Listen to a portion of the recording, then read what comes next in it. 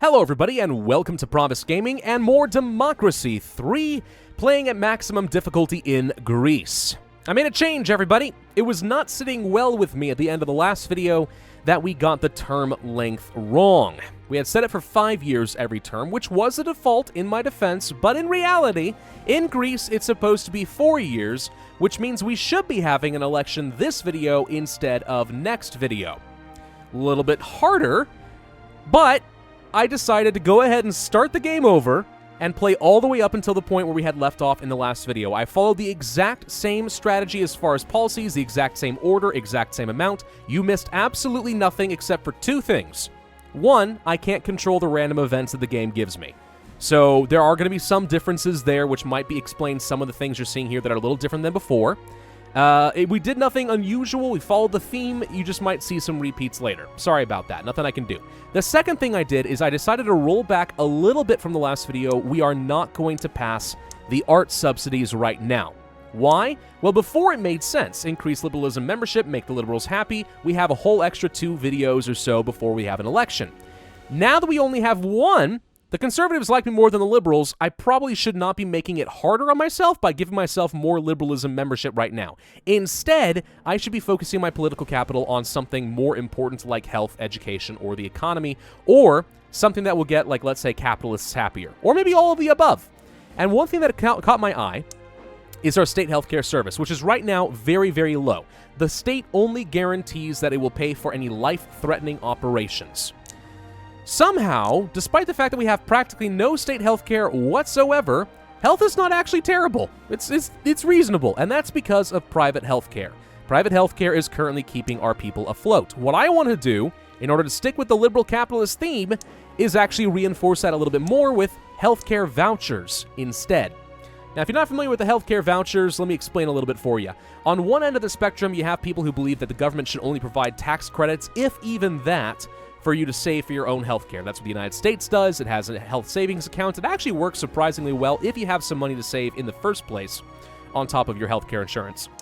On the other end of the spectrum are the people who believe that this is a public service that should be managed by the government itself. And that comes in a lot of different flavors. It could be the government mandates some sort of a healthcare insurance, or perhaps it provides a health insurance of its own. Perhaps the government even owns and operates all of the healthcare services. It's a public utility of sorts, and that's how you have a universal healthcare, or something along those lines. We're going to go for the healthcare vouchers, which tries to be a compromise between the two. The healthcare vouchers is another form of a state guarantee of healthcare, right? It is seeing it as some sort of like a right, and taxpayer funds will be spent to guarantee that every citizen has access to healthcare, but it does so in a very different way. It looks at this, for example, and says, okay, if we had a universal healthcare system, we might spend on average about $10,000 per citizen per year. So instead, we're going to send a voucher to every single citizen worth $10,000 that they can spend on healthcare however they see fit. It could be health insurance, it could be other operations, whatever it is. And the idea here is by the government giving away the money, you're still securing people's healthcare, but by not micromanaging it and leaving it to the free market, you're still encouraging innovation, cost reductions, better quality care, as the healthcare companies try to compete with each other to earn your voucher. That's the idea. It tries to take a best of both worlds approach. Now, we have a 40 billion euro surplus right now. I'm going to go ahead and bump up to a 30 billion healthcare voucher system, which is going to take up almost all of my surplus, but it will improve equality. It will make the poor middle earnings go up, which is good because they need that right now because we're taxing the hell out of them. Socialism goes down by 8% over the next 8 turns, which is quite useful to me, and private healthcare goes up, which you've already seen does increase healthcare quite a bit. It also reduces equality, though. It's assuming there's going to be a sort of an income inequality if people have access to private healthcare as opposed to public. But I'm perfectly okay with that. So there's our healthcare vouchers. That is the one change I'm going to make from the last video. Now we can finally move on into year 4. Election year. I wasn't expecting it. I'm not even kidding. Oh, oil pipeline attacked. Well, that really sucks. Okay, but Ghettos has come to an end. That's nice. Also, 91% of the vote somehow. No idea how that's happening, but okay. Anyway, guys, this makes things a lot harder. It may very well be that the modder for Greece left it at 5 years by default just for balance reasons, because if you're trying to make me cram everything in 4 years to fix this country so I can get re-elected, holy freaking crud, that's hard. I would have actually changed the entire way I played the last 3 videos in order to lead up to this point. I was counting on having that extra time. So instead, I'm going to have to be very, very frugal with my political capital. And actually, to that extent, one thing that we could do is now finally reshuffle the cabinet. Right now, we're only making 18 political capital per turn. That is not nearly enough. I need to be shooting for at least 25, preferably even 30. So let's reshuffle the cabinet finally and get some new advisors so I can get more political capital, so I have more gas to pass more policies to try and earn people's love before we go to the polls. And for this reshuffle, if you guys have not seen me play Democracy 3 before, one thing that everyone does is they look for the most political capital and just hire whoever. Don't do it. Look at what their sympathies are, because this will determine long-term how loyal they will stay to you and how much political capital they will continue to generate. If they are, let's say, trade unionists and patriots as their sympathies, and I'm upsetting both of these groups, their loyalty will go down, they'll provide less and less political power, and eventually they'll quit, which just makes me look really bad. So instead, we're going to pick people who have sympathies that actually make some sense. For example, for foreign policy, Angela Linard wants to be foreign policy. She likes farmers and parents. I can make both of those happy. Also, she gives me 4.9 political capital, which is fine. I am good with that. Let's hire her. For welfare, we are going to hire... I'm just doing a quick scan over here. Zephyra Rhodey, ethnic minorities and farmers, 4.8. Not bad. Also, she's really good at campaigning, which I like, because I'm going to need that a little bit early. For the next one, economy... Actually, this is pretty good. Farmers and environmentalists, 4.6. Yeah, she's even somewhat experienced. Cleo, we're going to go ahead and hire you next. Tax. Tax, there's a few different options here. Liberal... it's not that great, though. Conservatives and farmers is a resounding no. Let's go for... hang on a second. You know, let's go ahead and grab Nitsa. She likes retired and motorists. Not groups that I'm expecting to really make happy, but she's generating 4 for now. I might be able to make both of them happy eventually. Let's go ahead and give that a shot. Public services, we are going to hire... where are you? I found somebody I liked. Hemeros, there we go. Liberal and parents, 4.8. Not bad at all. Law and order, we are going to have to go ahead and hire Lucas, or however you're supposed to say his name. There's not a lot of other good options here. Liberal and ethnic minorities, 2.3. Not great, but maybe we can make him more loyal as time goes on. He's also a really good campaigner. And then finally, for transport, we are going to hire Titos Cosma, religious and capitalist, 4.8. All that's pretty good. So we found some people with sympathies that we probably can use to our advantage, but most of them generate a pretty hefty amount of political capital. We're looking at 30 per turn instead of 18. That's a whole extra policy per quarter. That's pretty good as far as I'm concerned. We're also going to go ahead and pass the business startup campaign. It's very cheap, but it goes ahead and creates more self-employed, reduces socialist, and makes capitalists a little bit happier. And considering right now I'm having a very hard time with capitalist happiness, that's pretty good. What's this? Unhappy cynicism. It's all kind of mixed together. What happened here? Found a bug. That's probably fine. By the way, did I have... Hey, I got more women than men. Take that, Justin Trudeau. I actually did it. All right. So what do we need to do now? So I need to be, first off, finding ways to continuously get rid of some of these nasty policies that are dragging down my GDP. Because the GDP really is not jumping up as much as it needs to. A big part of that is because productivity in Greece is shockingly low. But the other big part of that is because we have a skills shortage, an uncompetitive economy, and technology backwater, plus traffic is really freaking bad for some reason. I mean, geez. So yeah, we have to be continuously getting rid of these. Technology backwater, skills shortage really bothers me, and I'd like to see us start boosting up our productivity so that I can get rid of the uncompetitive economy. So those are all very important for me to do, but none of it matters if we don't win the election. So what can I do to win the election? Let's think about that for a second. The largest voting demographic by far in this country are the religious. 100%. If I could get rid of legalizing prostitution, that would go a long way to getting conservatives and religious to vote for me in droves. It does reduce the GDP, which hurts and makes liberals unhappy. That hurts too. But I would like to see that change because conservatives are still a pretty sizable demographic. Religious are the demographic. So yeah, I think we have to do that. To that extent, it costs 25 political capital. So what we're going to do then, we make 30. So you know what we're going to do? We're going to go ahead and do what we call a media stunt. Yes, perceptions. Trustworthy, strong leader, and compassionate. These three were introduced in the, what's it called, electioneering expansion. These are shockingly important. Do not underestimate the power of these. How people perceive you goes a really long way compared to your own policies and temperament and who you make happy.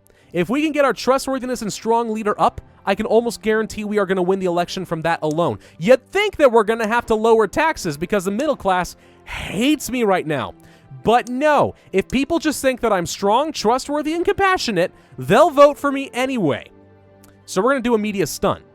The only question is, which one should we do first? I think we're going to do trustworthy. We'll start with this. Now, we could go for high risk, high reward here. It costs us a few political capital. If we did, let's say, cameras in my home, it's only a 50% success chance, but if it works, we get 32% extra impact. Let's try it. Hey, we got it. We're now considered very trustworthy by the people, or at least a little bit more trustworthy. That's going to go a shockingly long way, and we're probably going to do this at least 1 or 2 more times before the election. When in doubt, if you're at least sort of close to winning the election, and you need that little extra boost, you'd think that manifestos and speeches are the way to go. But no, changing public perception is what it is all about. Let's move on into the next turn. So we are going to ban prostitution this turn. What? No! No doctor strikes! Oh. Never mind. We're gonna be fine. I was about to say, holy hell, of all the times to have the doctors strike, now is not the time to reduce my health by 25% and upset everybody. But apparently because we passed the private healthcare vouchers, they immediately lose steam, they strike for like a week, and then that's it. Thank you, private healthcare. Thank you, healthcare vouchers. Holy crud, what a lucky find. Now, we could have still probably made that work. It only took, like, what, 2 turns to go away? So if we had waited and passed the healthcare vouchers now instead, we probably could still have it gone by the election. But even so, that's annoying. Credit rating has been upgraded. Oh, we didn't go to a AAA. We went to just a AA. All right, well, the GDP goes up and capitalists are happy. You know, this actually is not the worst thing in the world.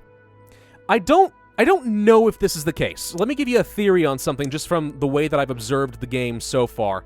GDP, where are you? There you are.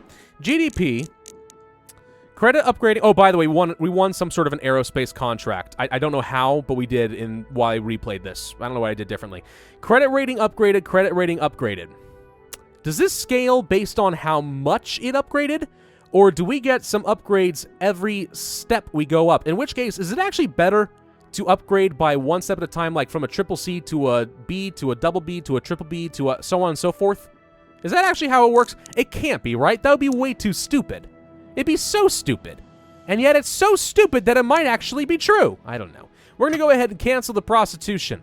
I know. I'm sorry, libertarians. I've upset all of you. We're not going to allow for legalized prostitution, but I have decided that it is a social detriment. It only leads to moral decay. And as the founding fathers said, our Constitution is for a moral people. It is wholly inadequate for any other.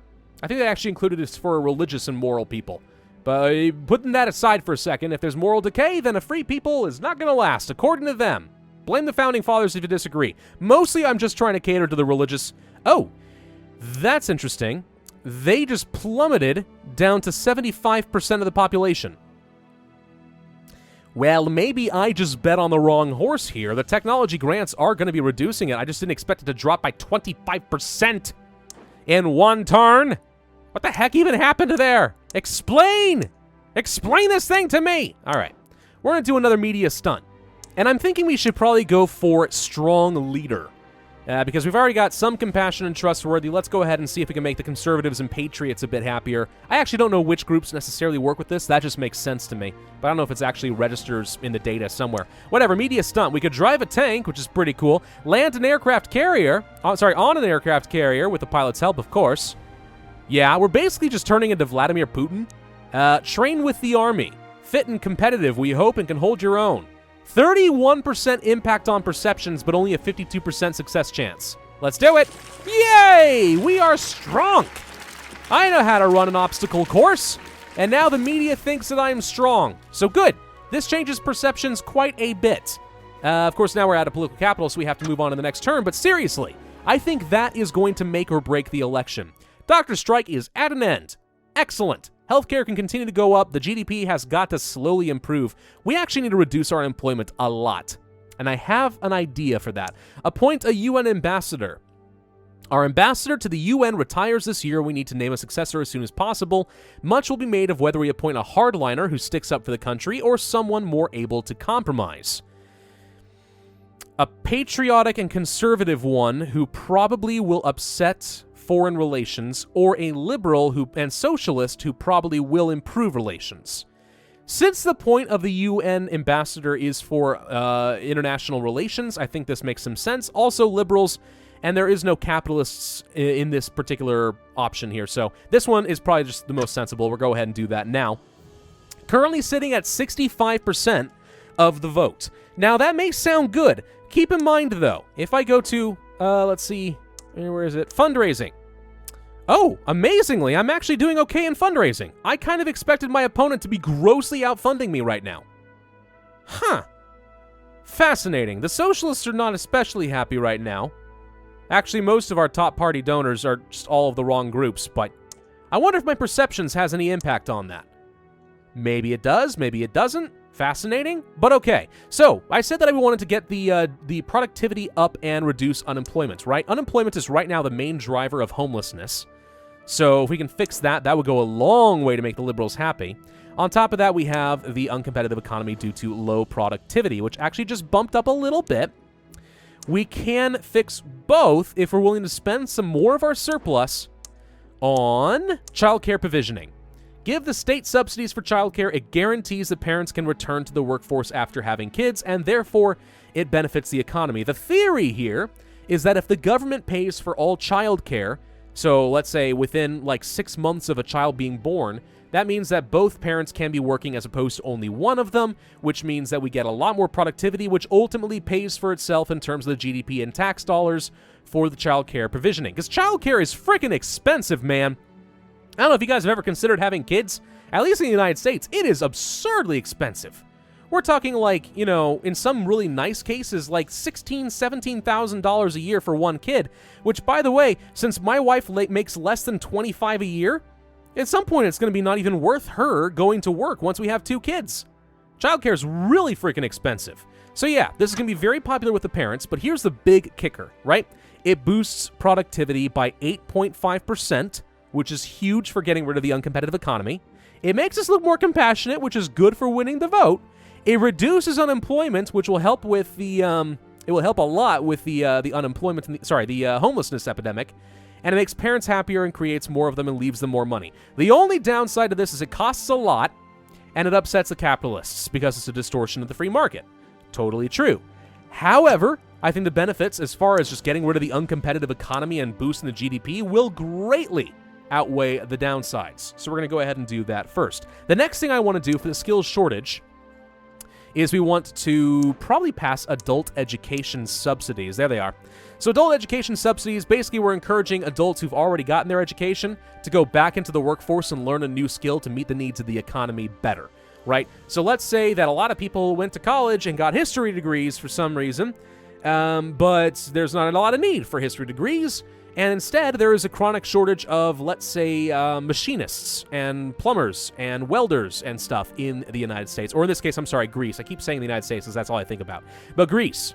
So what we're doing is we're giving these people an opportunity for a lower cost to go back to technical school, learn something actually useful, and meet the needs of the economy, greatly improving the efficiency of your average labor force from a purely macroeconomic standpoint. This increases education and productivity. We like both of those a lot, and it directly impacts the skills shortage by a total of 17.05% for less than €1 billion per quarter. Is that enough by itself to get rid of this over the next 8 turns? Maybe. I'm not sure about that. Do we even have university grants? Holy crap, we totally don't. University grants. That's the other thing that we could pass. Also expensive, though. But that plus the adult education subsidies will probably be enough to get rid of the skills shortage, which would result in a 15% boost in the GDP, which means more tax revenue, so it kind of pays for itself while also getting rid of a lot of our problems. I am a big fan of that. The other thing we're going to go ahead and pass is the telecommuting initiative. Why? because we have a lot of traffic congestion because of car usage right now, and it for some reason is only getting worse. So instead, we are going to reduce car usage by encouraging people to find a way to work from home. Commuters love this, but surprisingly, commuters' membership goes down. So they like you, but there are less people there to like you because they're not commuting, they're staying at home, which is sad. Parents like it though, which is good, and trade unionists like this, which I'm indifferent about. Frankly, if we had not passed those healthcare vouchers to get rid of that doctor strike, I probably just would have banned unions straight up. Because screw those guys, how dare they? Whatever, anyway, let's go ahead and move on into the next turn. Organized crime? What? No! We have organized crime? Gosh dang it, I can't deal with this right now. That reduces my strong leader view, like, a lot. Credit rating has been upgraded to a AAA. Okay, there's a good chance to test that argument I had before. Also, a car company shut down a plant, which is terrible for unemployment and the GDP. But we are looking at 74% of the vote right now. Surprisingly, the surplus is not as bad as it should have been, considering how much we were spending. Let's go to the GDP and check that real quick. Credit rating upgraded, 1.27, 2.25. Doesn't appear that we got a third level of this, so I'm actually not sure it did anything. Huh. How does that work exactly? This is terrible. Ouch, 5.6%. All right, whatever. Anyway, we got 30 points to spend. How's our education looking? Terrible. Let's improve that. We are going to do the same sort of thing that we did with the voucher systems, and we are going to do school vouchers, which are significantly cheaper than healthcare vouchers, but it's the exact same concept. Rather than have a state-run monopoly, or effective monopoly, on education, which, at least in the United States, is basically what we have. Public school is practically a monopoly. Instead, we say, here's the deal. We're already spending, I think in my case of Virginia, about $12,000 per student per year. Here's $12,000 per student per year, parents. Go to your schools. It could be a private school, a charter school, a religious school, or the public school itself as well. Also an option. And see what freaking happens. Give them your money. Let them compete with each other so that they can improve education quality significantly. Also, by the way, here's an added benefit of this that no one thinks about. I suspect that this would go a long way to actually raising teacher salaries. I know, sounds counterintuitive because you probably won't have the same levels of unions. You don't have taxpayer funding, quite the public schools in the same way. But in order to be competitive to win your vouchers, private, charter, and public schools, all of them will have to compete with each other in order to get the best talent, the best teachers, so that they can earn the vouchers. Which means they're probably going to have to entice teachers with higher salaries. I'm just saying it might actually work that way. Hard to say for sure because we don't have a lot of data, but I do seem to remember a case where the Walton family, which if you don't know them, I think they're the wealthiest family in the world, certainly in America. They are the family that owns Walmart. And they have an outrageous amount of money. But they did something similar to this. If I recall correctly, they handed out vouchers in one of the local towns, and this is exactly what happened. You started seeing a lot more private education, but salaries across the board, including in the public schools, went up for the teachers, and quality of education went way up as well. This is an idea that I am actually really intrigued by in my state of Virginia. I would love to see some people actually test this out and see if this would work on a statewide scale. Really would love to see that, personally. And I'm not saying that just because my wife is a private school teacher who gets paid half, I tell you, of what public school teachers do. Because they have the taxpayer money, and parents can't afford to pay their taxes and pay for a private school. It's really hard to do that. That's not the reason I'm doing it. I'm not purely biased. I'm a little bit biased.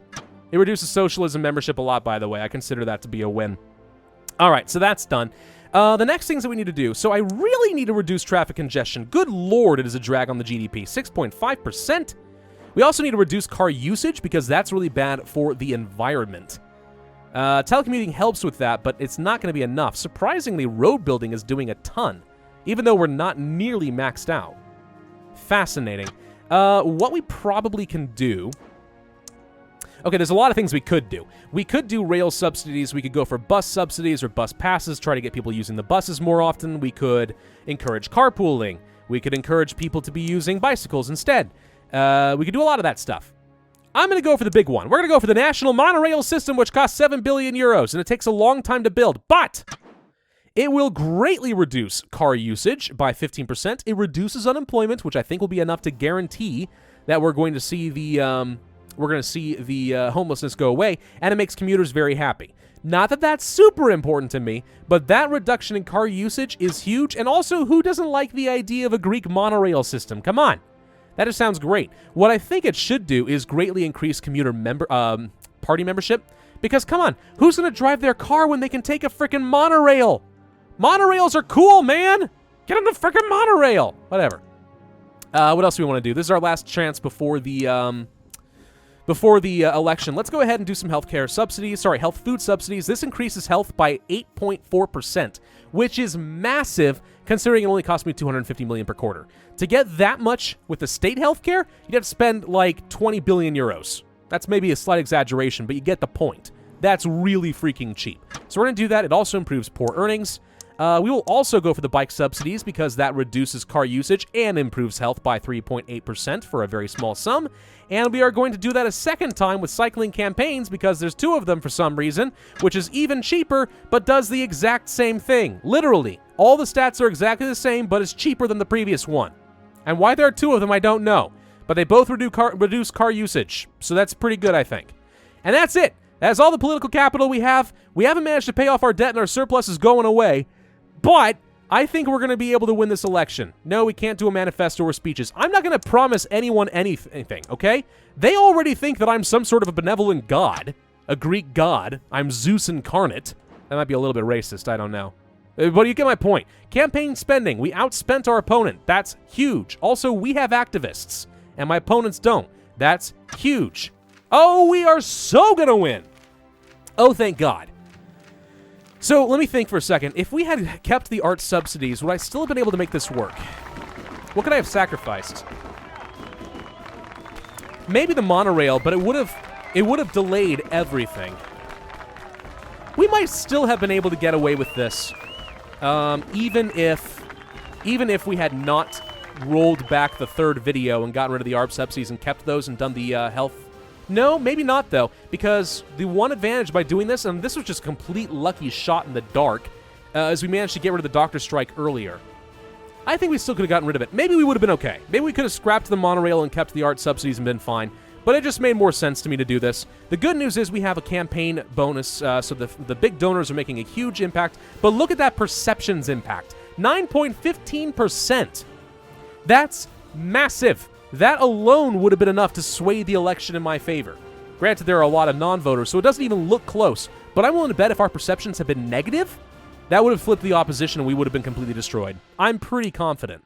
We won most voters, the exception being liberals, which is interesting, and the middle income, because I'm taxing them to death. Changes, we're seeing health, education, and so on go up. Violent crime is up because of organized crime. We're going to have to do the intelligence services to get rid of that. But the good news is a lot of other stuff has improved. Equality actually has gone up. The environment's not terrible. What makes me sad is that the GDP has not skyrocketed yet. I really wanted to see that GDP jump, and it did not. It has gone up a lot since the debt crisis. We're not done yet. But we got to be careful about that. And interestingly enough, because of all the policies we're doing, we're actually distributing a lot of the income away from the middle class and over to the poor. Fascinating. Huh. All this looks pretty solid, so we have a long way to go. And our surplus is freaking gone. But now, I'm hoping that we're going to start seeing the technology backwater go away. We're going to see the skill shortage start to go away. We hopefully will be able to get rid of the uncompetitive economy.